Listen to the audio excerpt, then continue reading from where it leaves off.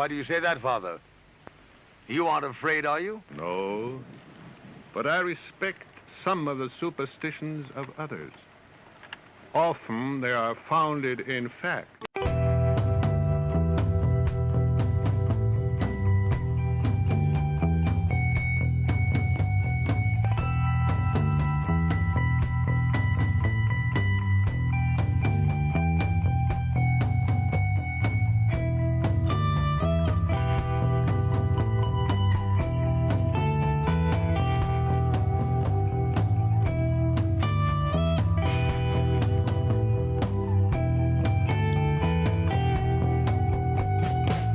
Broadcasting live from our Sanctum Sanctorum in Venice, California. This is the Sixth Sense Society. I'm your host, Krista, here with our producer, Michael, and today you are tuning in to Spell It Out, Magic, Reflections, and Shadows, where I take a topic and I run with it.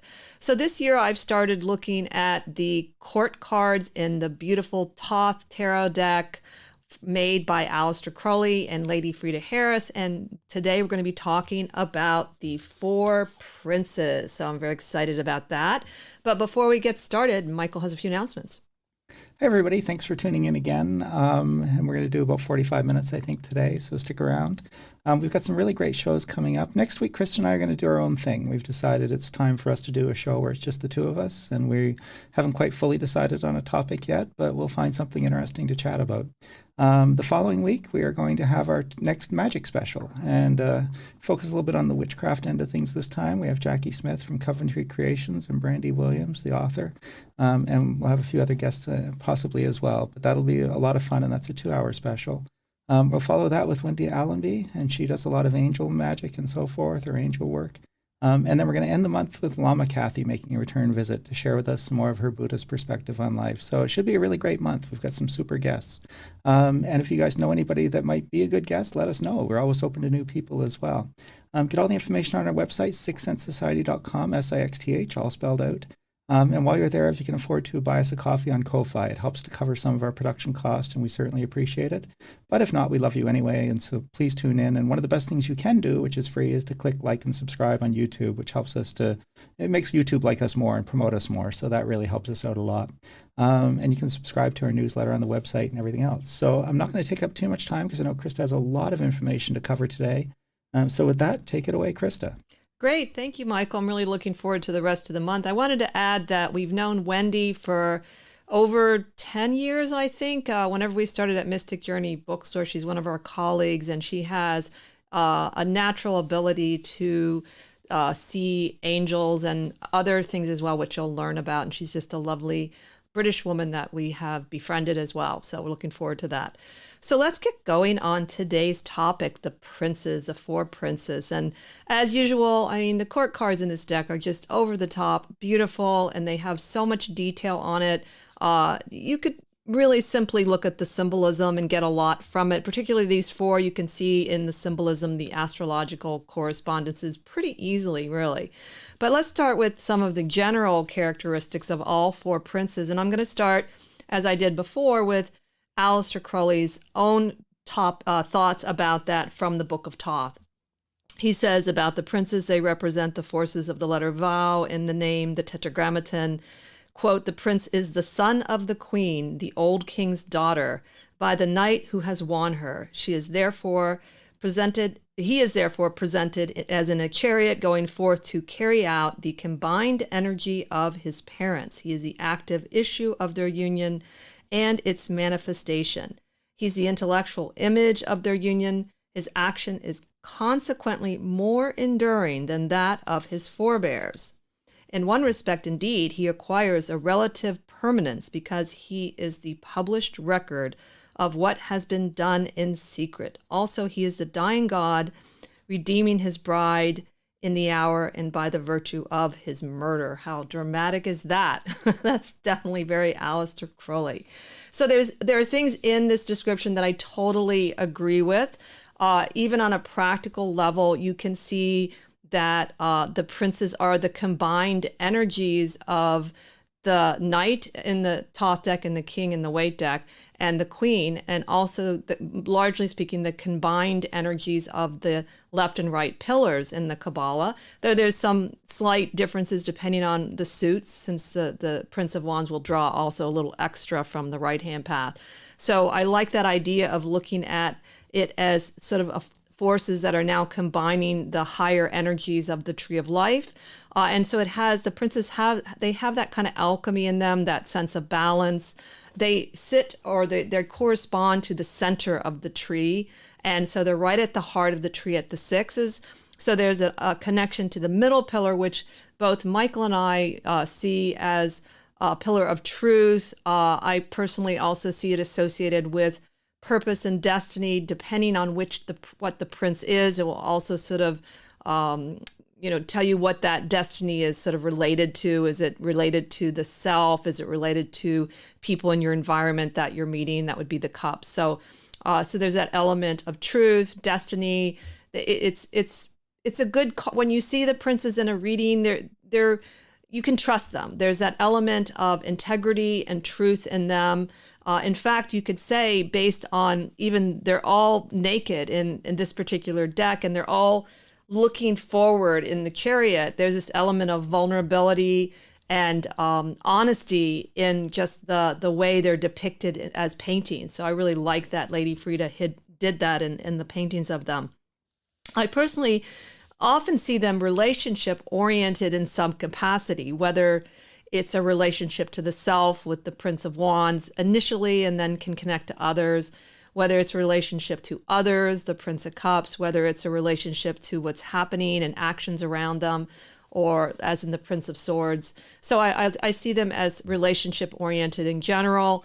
I also connect them to, in the middle pillar, one of the archetypes that Michael and I think is strong is the teacher archetype, and also I call it the mediator archetype, so that people that have that representing themselves can have a natural affinity towards teaching or training or bringing people together, that kind of thing. So those are some general interpretations I feel of all of the princes. And it's hard to really find anything super negative about them in a reading, similar to the High Priestess. They generally speaking have a little more of that neutral energy. So let's get going on looking at each of them individually. And I'm going to see how much I can actually read from Aleister Crowley's book, because some of the descriptions are very long. In fact, the very first one, we have the Prince of Wands, and guess who is connected to this card? It is no other than Aleister Crowley through his rising sign, which is in the degrees of Leo that this will cover. So it's an interesting thing to know when you read the description. So anyway, Crowley says that the Prince of Wands is the airy part of fire, and it rules 20 degrees Cancer to 20 degrees of Leo. So anyone with a birthday that falls in that, or their rising sign falls in those degrees, and you can say that is representing you in some capacity.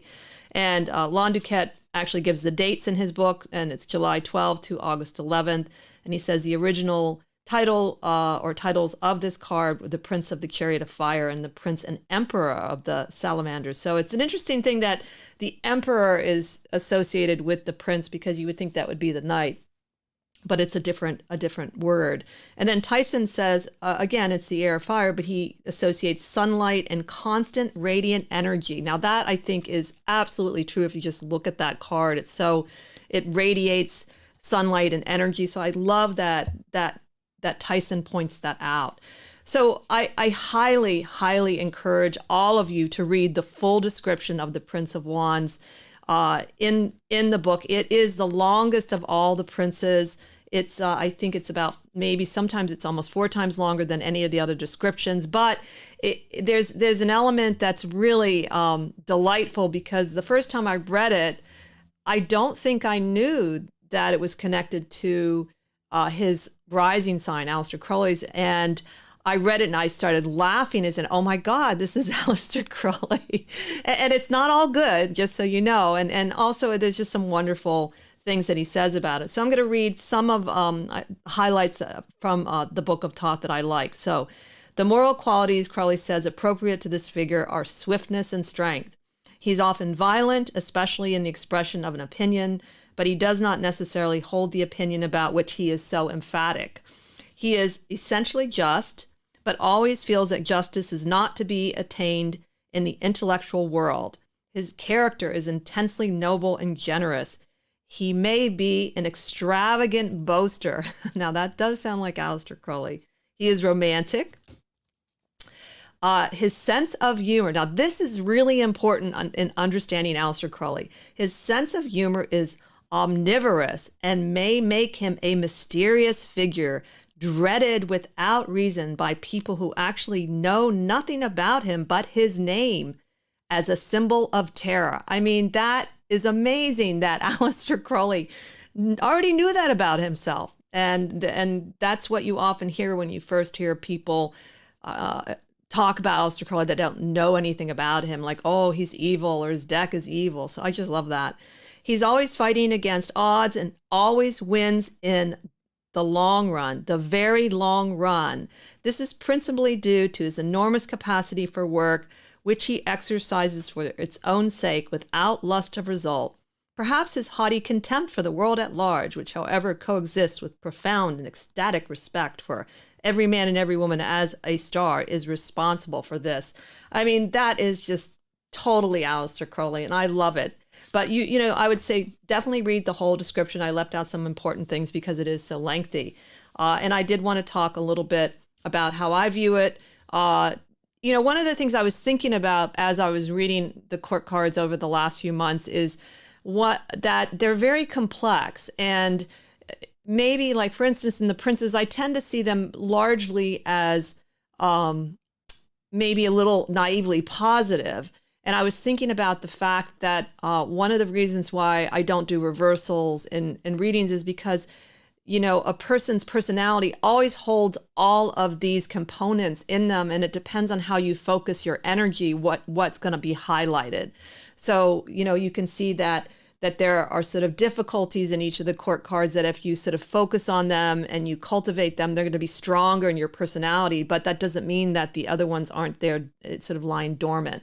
So really, and then when you look at the princes, it's not that, I think that if you look at them as just kind of energy, they are more neutral and they are less not quite as messy. But once you put in the human element to any of the court cards, then it's going to make it a lot more complicated. I think that has to do with just, you know, the nature of being human. So the Prince of Wands for me is a great sign, like in a reading, that if a person, say it represents them, that they have a sense of who they really are and what they think and feel is purposeful in their own life in terms of their goals, in terms of their talents and abilities. And so there's that kind of clarity about it when it comes up to represent themselves. And I really like that about the Prince of Wands. And you could probably meditate on that card if you really feel lost in terms of not knowing who you are and what your strengths are and even your weaknesses are. I think the Prince of Wands would be very good for that. So in terms of the dreams, again, there's something about the higher up cards. I tended to have longer dreams, and higher up meaning in the tree of life. I tended to have longer dreams, a little bit more complicated dreams, and I had an easier time recalling them. And as it descended down through, especially the swords and the discs, I didn't recall as many dreams. So that was kind of interesting to me. And what was really cool about the Prince of Wands is when I went back and looked at some of my dreams, I had 4 different totems, my personal totems in the dreams. And I feel like that connected to the idea of knowing myself. And so I didn't really realize that until I looked through recently that I had these 4 important totems. So that was pretty interesting. And then I also had a lot. Now that was kind of weird. I had swimming dreams and scuba diving dreams, but of course I do have that kind of interest in the ocean.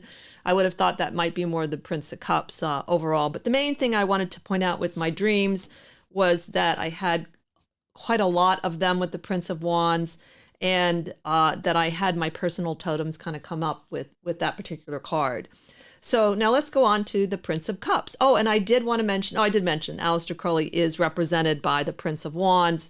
I'm not going to do quite as many people this time around that represented are connected to the card in terms of their birthday or their sign or rising sign, because I didn't have time to do a whole lot of research, but I have some interesting people. So the next one, the Prince of Cups, it's the airy part of water, and it's 20 degrees of Libra to 20 degrees of Scorpio. And you can see with the eagle, that's one of the totems of the Scorpio, that's one way to identify the card. And that is the time frame, Duquette says, from October 13th to November 12th.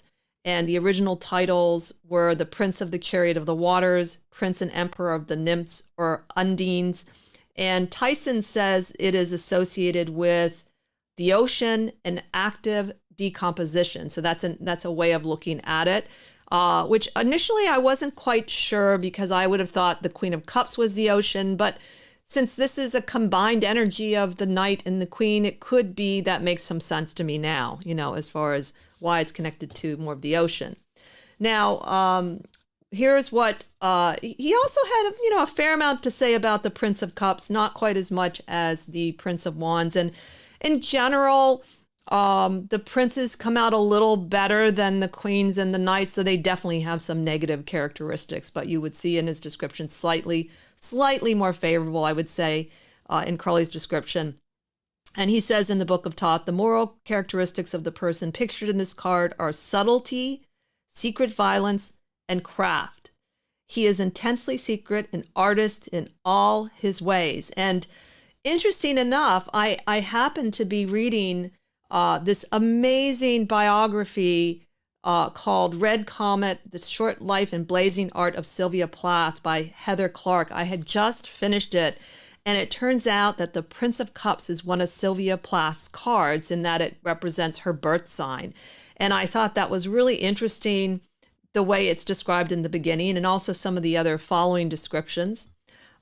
He is thus, for instance, Crowley continues, he is thus completely without conscience in the ordinary sense of the word, and is therefore usually distrusted by his neighbors. They feel they do not and can never understand him. Thus he inspires unreasonable fear. He is in fact perfectly ruthless. He cares intensely for power, wisdom, and his own aims. And then towards the end of his description, Crowley says, this card is in consequence one of great power.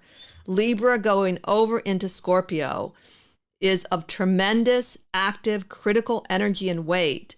To such people, goodwill, sincerity, and right mating are the essentials of success. Their danger is overweening ambition. So there's elements of this after reading this incredible biography of Sylvia Plath, which is so human and so balanced in so many ways, in terms of really showing her in the full way as not only a woman who is striving to be a writer in a difficult time, but her relationships with all the people in her life and her literary ambitions. So I think that some of this I could see she really did have in her life. So for instance, she was interested, I think, she was very ambitious, though I wouldn't call her overwhelmingly ambitious, but she was very ambitious. And she did want, I think, sort of a deep understanding of life, which is the wisdom, and had very specific aims from the beginning. And then her marriage to Ted Hughes, no matter what you would say, it really did help her. They helped each other tremendously in the beginning in terms of literary success. They both were really on each other's side. And I think in general, you could say that about Ted Hughes even after she died. So I thought she's a really interesting example, I think an accurate one, of the Prince of Cups. And so I think was Nietzsche. He was also the Prince of Cups. And then for the dreams for the Prince of Cups. Now, how do I view the Prince of Cups? Before I continue, I did want to mention one thing, that one way all of the prints are connected to the last decan of the cardinal sign and the first two decans of fixed sign. So it's that mix of a little bit of cardinal energy and the fixed energy. And you can, again, that is sort of depicted in the symbolism of the prince too, I would say. So the dreams of the Prince of Cups, I really like them. But before I keep forgetting to say a little bit about what I think about the Prince of Cups. So the Prince of Cups, to me, when it comes up in a reading, for instance, if it came up as an outcome card, I would say that the person is moving in a direction that is really true to their purpose in life. And so since it's a suit of cups, to me, the destiny lies often in not just the individual, which is important, but in relationships and opportunities. So also, if I saw that, say, in the environment, I would so encourage people to connect with the people and the opportunities around them. Again, I would say they're very real, they're authentic, they're important. What I have found with most of the middle pillar cards, because generally speaking, they represent primarily the present, though the cups would draw a little on the past, that sometimes things have to unfold in time. What I've noticed, if there's, for instance, a lot of middle pillar cards, and things have to actually happen, and you'll see how things will evolve. And that's just something I've experienced. So this is really good for sort of that external purpose, for feeling like your life is on track with purpose and with your relationships overall. And the dreams I had with the Prince of Cups, the main thing was the opening dream for that period of time and the closing dream. And interesting enough, I accidentally forgot to remove the Prince of Cups at one point. And so the Prince of Cups got an extra night, but I'm really glad the Prince of Cups did, because he gave me a really profound dream. I would also like to say that I'm using the word he, but certainly the Prince of Cups can be she. So it's not specific to men. It's not a gender thing. It's an energy thing. So the first dream that I had was really delightful. I was with Michael, and we were walking, and I started seeing these quarters in the sidewalk, in each panel of the sidewalk, and the quarters then turned into these beautiful medallions with the profile of a queen on them. And so I was picking them up, and I just really enjoyed that. And I actually do find a lot of pennies and dimes and quarters in real life, but it was just a really delightful dream. And then the last dream was really special to me, because it featured my brother David, who I don't dream about much, who was lost at sea when I was 17. So it was a really wonderful dream with him helping me through a situation in the dream. I was following him, and we were around this stream, and there were boulders, and he was easily moving across the boulders and this very clear stream, and I was trying to keep up with him, and I got stuck. I jumped on sort of the wrong boulder, and then as I was sort of standing on this boulder in the stream, this snake comes up out of the water, and it looks like it's going to strike me. And so I call out for my brother to help me. And so he says something kind of odd. He tells me to, where is it? I have to press against the water. He talks to me through the move and tells me to lean into the rock as if it is part of me.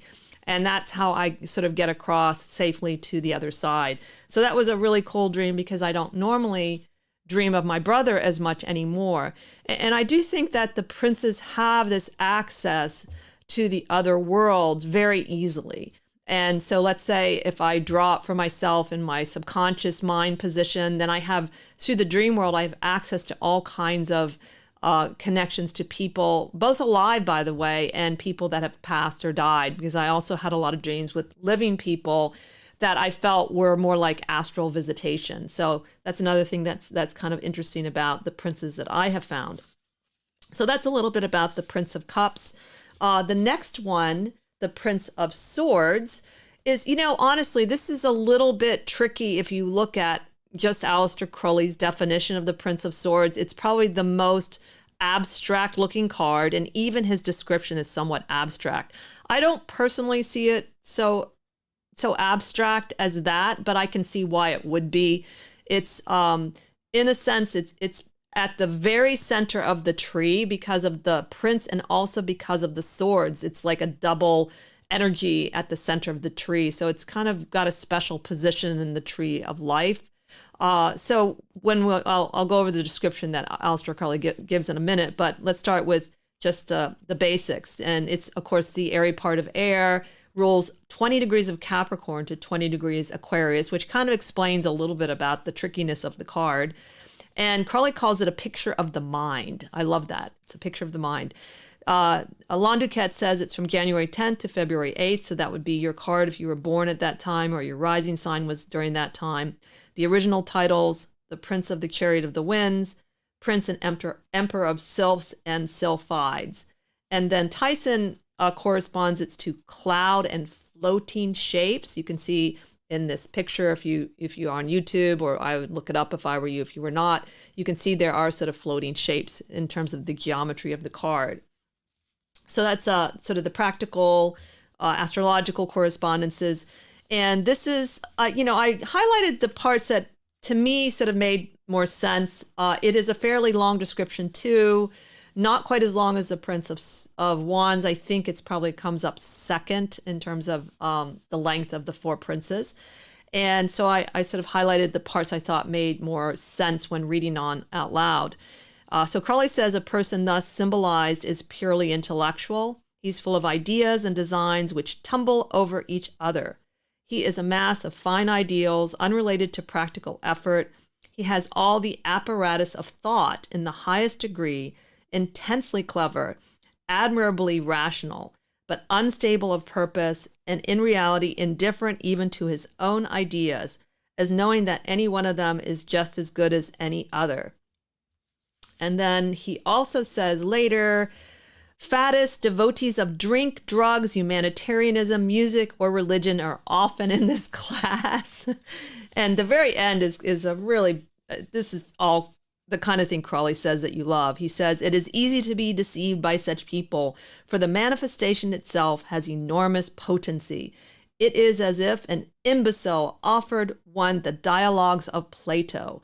They may in this way acquire a great reputation both for depth and breadth of mind. Depth and breadth of mind. That's hard to say. So that's what Crowley says about the Prince of Swords. I disagree with it a little bit. The part where he says that there's no purpose. He has no sort of sense of purpose, and I don't think that's true for me. I actually think that there is that connection to clarity around purpose, but perhaps the purpose is a little bit more external, because it can be also connected to actions and things happening around the person as well. Interesting enough, I did wear, I don't think you can see it, but I wore my Edgar Allan Poe shirt today specifically because he is an example of the Prince of Swords.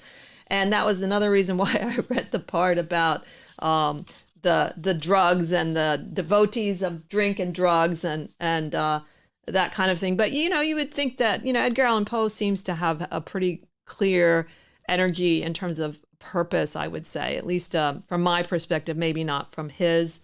And then the dreams I had with the Prince of Swords. Now, most of the dreams I noticed with the princes were not, I have a tendency to have some nightmares, and they did come out, I think, in some of the other dreams that I remember.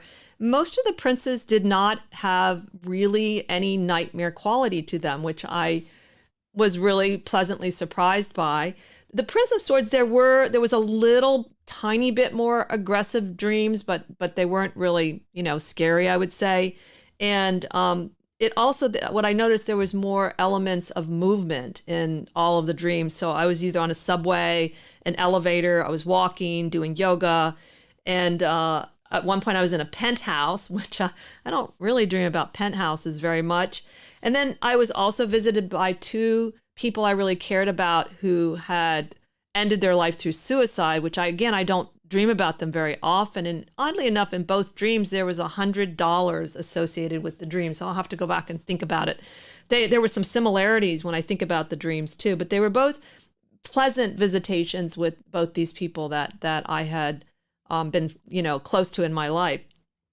And then the aggressive side was there's these females, like there was one little person chasing me, and then there was this older woman that was mad at me. And in either cases, it didn't really seem to be a big deal. So that was the slight aggressive energy. And then for whatever reason, the Queen of Wands appeared in the Prince of Swords dream. I guess maybe she was jealous and didn't want to be upstaged by the prince. I don't know. It was kind of funny because I thought, what is she doing here, So that's a little bit about the Prince of Swords too in my dreams. As I was saying, I think that there's a lot of clarity with the Prince of Swords, and there can be some things that are going on or some actions, say, I'm about to do that are the correct things for me to be doing overall. So again, it certainly would call my attention in reading whatever place it is associated with in the layout. I would certainly pay attention to that one. Now, the last one, the Prince of Discs. This one, again, you can really see the correspondence to the Taurus in this one. It's just so obvious in the bull driving the chariot. And that's at least 2/3 of the card is connected to that because it rules 20 degrees of Aries to 20 degrees of Taurus, and it is the airy part of Earth. And Duquette talks about airy part of Earth, yeah, April 11th to May 10th being the time in which it is associated with, and the original titles are the Prince of the Chariot of Earth, Prince and Emperor of the Gnomes. And then Tyson associated with a plane or a steady bearer of life. Don't quite understand that one so much, but the plane I could see. And he meaning like a field, a plane. And then in the description, the Prince of Discs. Now, if you recall, Aleister Crowley doesn't seem to be quite as fond of the Earth signs connected to the court cards. And I believe he did call the Knight of Discs stupid, though lately I did find out that Charles Bukowski was also a Knight of Discs, so I don't think that's true, Aleister Crowley. But having said that, the Prince of Discs still comes out fairly favorable in this version, and he says that the character denoted by this card is that of great energy brought to bear upon the most solid of practical matters. He is energetic and enduring, a capable manager, a steadfast and persevering worker. He is competent, ingenious, thoughtful, cautious, trustworthy. He constantly seeks new uses for common things and adapts his circumstances to his purposes in a slow, steady, well thought out plan. He is lacking almost entirely in emotion. Again, that's sort of the negative view that Crowley has sometimes of all the earth signs, I think. He is somewhat insensitive and may appear dull, but he is not. See, he only appears dull. He so appears because he makes no effort to understand ideas which are beyond his scope. He may often appear stupid and is inclined to be resentful of more spiritual types. So he only appears to be an idiot. So I think that's an improvement for Aleister Crowley. And at the very end, now this is a very interesting statement about the prince. He says, the reaction of others to him will depend almost entirely upon their own temperaments. And this recalls to me a little bit about the Queen of Cups, who reflects other people to them. So I thought that was really unusual. I really liked it.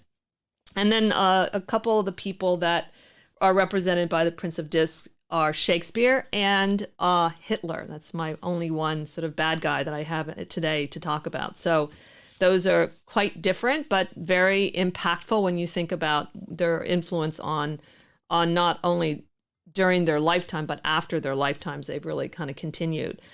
So what happens with the Prince of Discs is, and you see this, so basically you start with the wands, which is more of an energy, and eventually come down to earth, and this is the culmination of the energy. So it really is a card of manifestation. So you would get to see sort of the results of things, and what's happening, and that kind of thing. And if I had this representing myself, say like in my mental state, the Prince of Discs, then I would have a great sense of purpose when it comes to what I'm trying to obtain, what I'm trying to realize. And so that would be important to know. And then you could also see that, outside of you, let's say if it's in your environment, in the layout, it could be connected to things that the results of things around you should be paying attention to. There's something important. It has a revelation to it. It's a very solid card. I agree with that. And you can kind of see, when you lay out all the princes together sort of in a row, you can see the descent of the energy through all of the princes and how this really represents creation and how everything is formed. And you can see that particularly well in, I think, the princes. And then what was interesting with my dreams with the princes, I didn't recall as many. There was just, and they largely, they were shorter in length, and there were often real people in them, past and present. I did find that of all the dreams, I had more men that to me symbolized either something about my creativity or I associated with the magical world. So I thought that was interesting. So they were dominant in different ways and as people in my dream. And there was definitely a lot of creative energy in it. So for instance, I had a dream with Michael had two acoustic guitars in it. And then I had a friend that was reciting a complimentary poem to me. So that was kind of neat. And there was a lot of different kinds of nature, which you would expect with any kind of disc, because they do have kind of an earthy quality to them overall. And particularly we got this connected to, at least some of it, to Taurus. And so I had dreams with ocean, trees, plants. Now, one of the things that I noticed, I did this exercise in 2018. And looking back, I think that my psyche had a premonition about, I wouldn't say it was a direct premonition about the virus, but I knew that something was coming. And I wish I'd really thought about it more then. I had some very eerie dreams. And when I look back, I can see some of the symbolism and also how it was sort of preparing me and telling me I'd be okay, which is really nice to know. So maybe I, did take that part in. But one of the dreams I had was about this strange, luminous, silvery lake. And it looked like mercury. And this voice came out, a male voice, and said that this was dangerous, this silvery lake. And then I watched these two men, as this voice was saying it was dangerous, descend into it. And one man was holding up in the dream I remarked, it was his Jupiter finger that appeared injured. And I thought about it later, about the conjunctions that happened, Saturn and Pluto, the two men, and that the Jupiter conjunction in Capricorn, how that was part of the whole phenomena.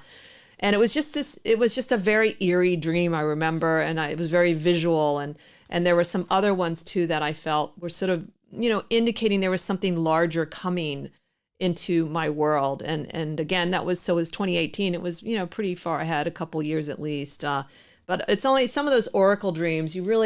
I think that you have to have the time to really sit with them and really try to decipher them. But I'm a big believer that dreams, there are all kinds of dreams that happen that can warn you, or they can show you the way, they can give you helpful information. You just have to have the time to interpret them and to consider them. And also over time, you get sort of used to what kind of dream it is, if it's a psychological dream or is it more of an oracle type dream.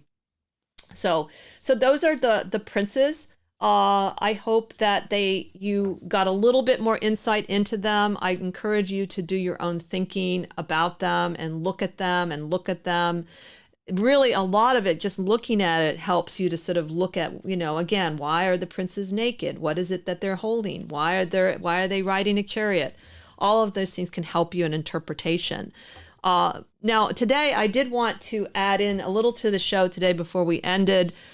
We are still in the Pluto return in the United States, and it's gone retrograde recently. So it's going to go, I forget when it's going to go back and hit it exactly again, the Pluto in the United States natal chart, but it's close enough to still be feeling it. And so one of the things I wanted to share with you is something I found out. I decided to read the book Healing Pluto Problems by Donna Cunningham. And what I like about it is she actually offers some advice about helping with Pluto that is not only about knowing the astrological meaning and studying it, but actually has to do with flower remedies.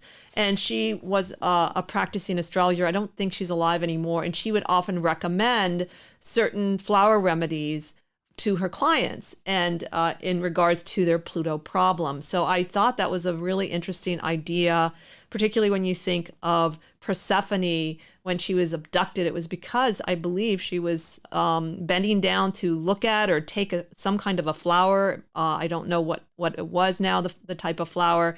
So to me, there's a natural connection to flowers, and also because of the connection to Demeter, the mother of Persephone.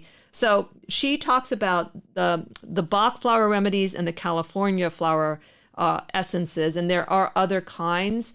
And I did want to recommend some for people that basically, if you live in the United States, whether you like it or not, you most likely have a Pluto problem right now. So you may experience it differently. You may have other things going on, but it's because the United States has a Pluto problem right now. And we definitely have some deep healing to do around our Pluto in the second house in Capricorn, and it's retrograde too. So the Bach flowers, I'm going to just give you a few of the recommendations and what they're for, and a little bit of how to take them. And so in the Bach flower, she says if your healing needs to be around resentment and bitterness, you would take willow. Vine is connected to the desire to control and dominate. So if you find that you're doing that inappropriately or not, even having other people maybe dominate you, then you would take vine. Water violet is for aloofness. If you're a person that experiences a lot of aloofness right now. Possessiveness is chicory. I think we probably all could use a little of that. And then heather is for loneliness and too much self-absorption.